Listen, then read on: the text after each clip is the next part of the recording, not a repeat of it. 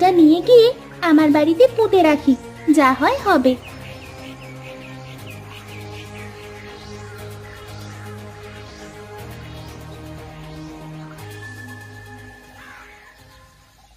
কি রে মা, এটা কি?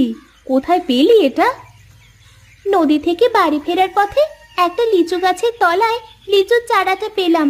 কিন্তু দেখো মা, এটা এভাবে চকচক করছে কেন? তার আমি কিভাবে বলবো রে মা, চারাটা দেখে খুব সুন্দর মনে হচ্ছে। যা, উঠানের এক কোনায় লাগিয়ে দে। চারাটা বড় হলেই বোঝা যাবে চারাটা কেন এত চকচক করছে। ঠিক আছে, আমি এক্ষুনি লাগাচ্ছি।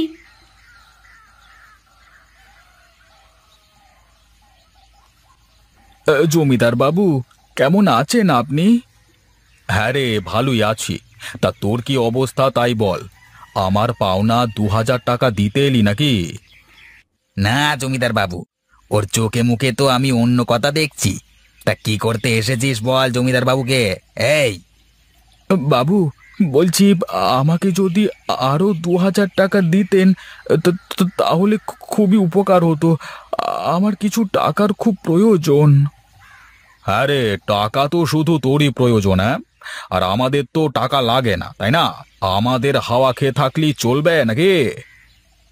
না বাবু, তা নয়।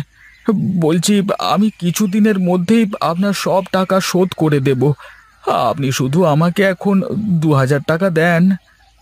ঠিক আছে, দেব। আগে তুই আগের পাওনা 2000 টাকা আর তার সুদ মিলিয়ে মোট 4000 টাকা দে। তারপরে আবার 2000 টাকা নিস, বুঝলি? থাক তাহলে জমিদার বাবু। ঠিক আছে, আমি তাহলে এখন আসি। আসি বললে কি আর হয় রে? ঈদের আগে যদি টাকা পরিশোধ না করিস তাহলে তোদের বাড়ি ছাড়া করে ছাড়বো, এই বলে রাখলাম।